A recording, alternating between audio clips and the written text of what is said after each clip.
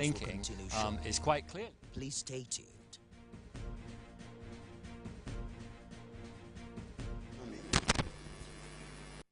The invitation letter, I keenly sense the urgency and the acknowledgement of the economic challenges and resistance to proposed solutions by various stakeholders. However, I want to emphasize that we are now at a turning point, and the bold reforms underway across different sectors, though initially challenging, are aimed at addressing these challenges sustainably. And really, I would like to emphasize the word sustainably. I'm confident that positive outcomes are already emerging and will become more apparent in the near future. Dedicated and relentless efforts being made are certain to bring about significant and positive changes for our economy. On that note, distinguished members, I'm happy to inform you that as at yesterday, the volume of transactions in our market was over $800 million. This is the first time in many years that it has achieved this level. Notably, recent reports from international rating agencies such as Fitch, Moody's, Standard & Poor's, and commendations from multilateral banks like World Bank reflect this positive trajectory, with upgrades to Nigeria's rating from stable to positive. These reports acknowledge the potential reversal of the deterioration in the country's fiscal and external position due to the authorities' reform efforts. While recognizing the painful adjustments, these all point to a direction that will unlock much-needed growth and development for our economy in the medium to long term. Honourable members, I acknowledge that despite these commendations, the concerns regarding the cost of living and currency rates remain.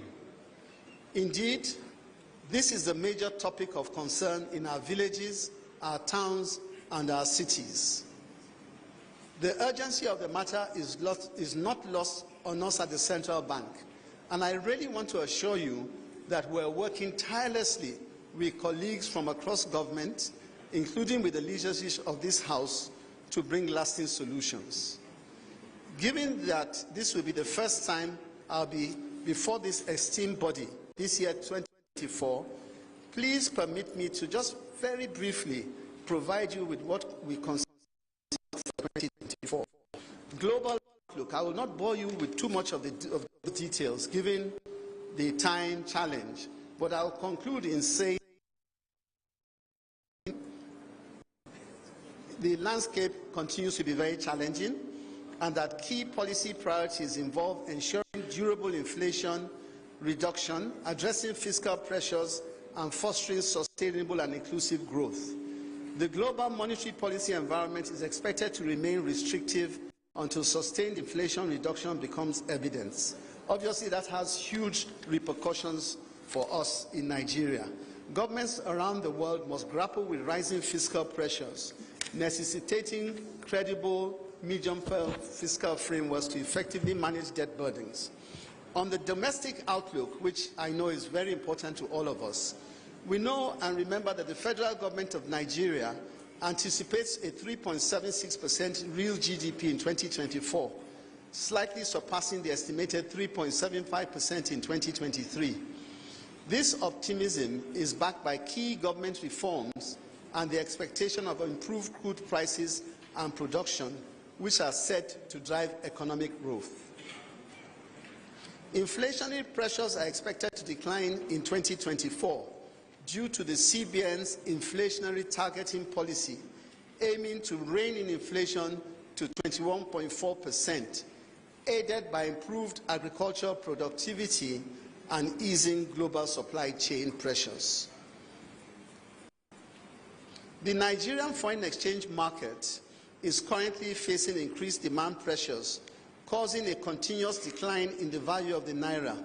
Factors contributing to this situation include speculative forex demand, inadequate forex supply due to non-remittance of crude oil earnings to the CBN, increased capital outflows, and excess liquidity from the fiscal activities.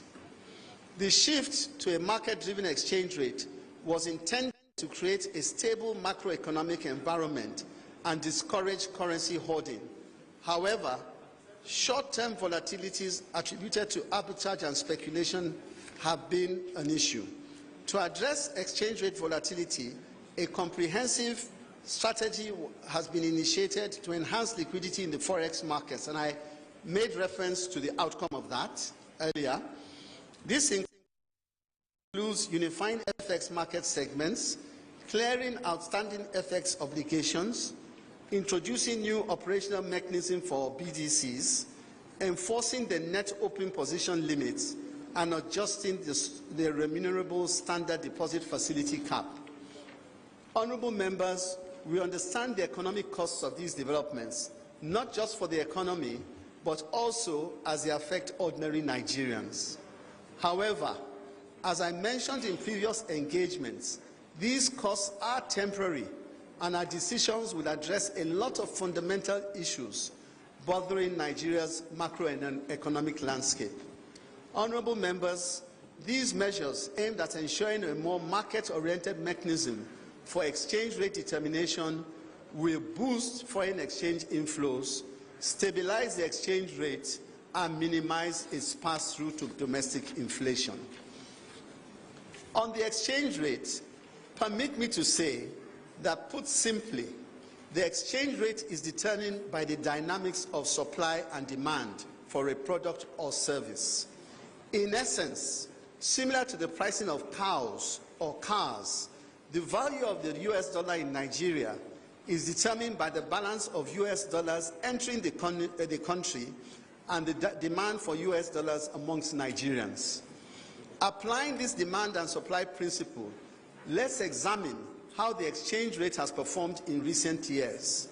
The exchange rate in Nigeria has increased or depreciated due to the simultaneous occurrence of two factors: a decline in the supply of US dollars coinciding with a surge in the demand for US dollars. Looking at the demand side of the exchange rate, it's important to note the growing number of Nigerian students studying abroad. In 1980s and 1990s, the need for US dollars for their living expenses was minimal. However, recent data shows a significant change. According to UNESCO's Institute of Statistics, the number of Nigerian students abroad increased from less than 15,000 in 1998 to over 71,000 in 2015. By 2018, the figure had reached 96,702 students, as per the World Bank. Another report projects the number of Nigerian students studying abroad to exceed 100,000 by 2022.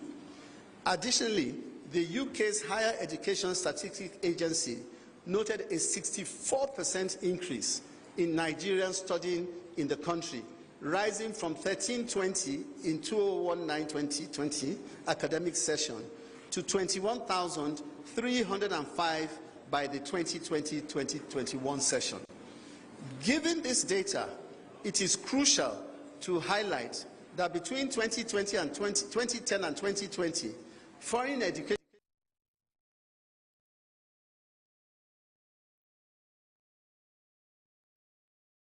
publicly available balance.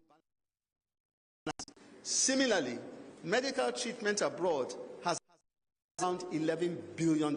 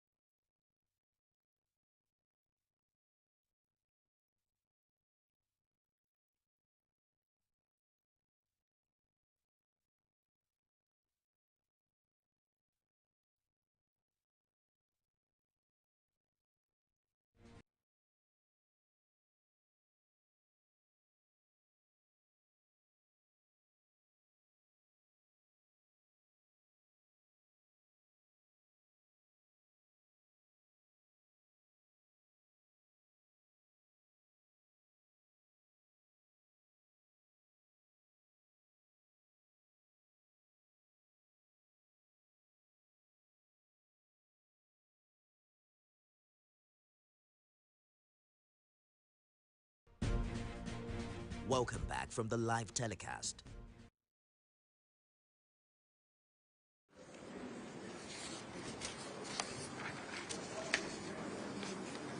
Regrettably, over the past 12 years, our exports constituted over 90% of our foreign exchange revenues and have declined from $93.89 billion in 2011 to $31.4 billion in 2020.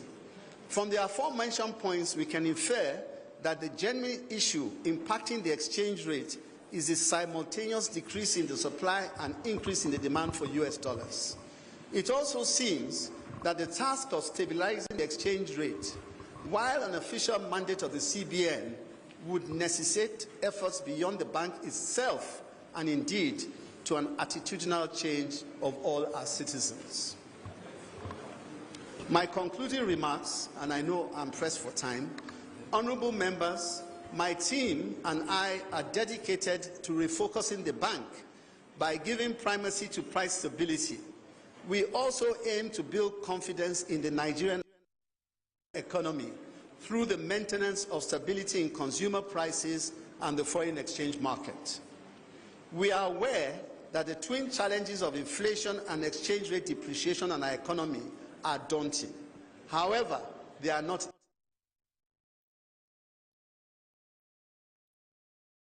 transmission lags. Nonetheless, it is expected that the policy measures implemented by the bank will permeate the economy in the short to medium term. Just one more minute, sir.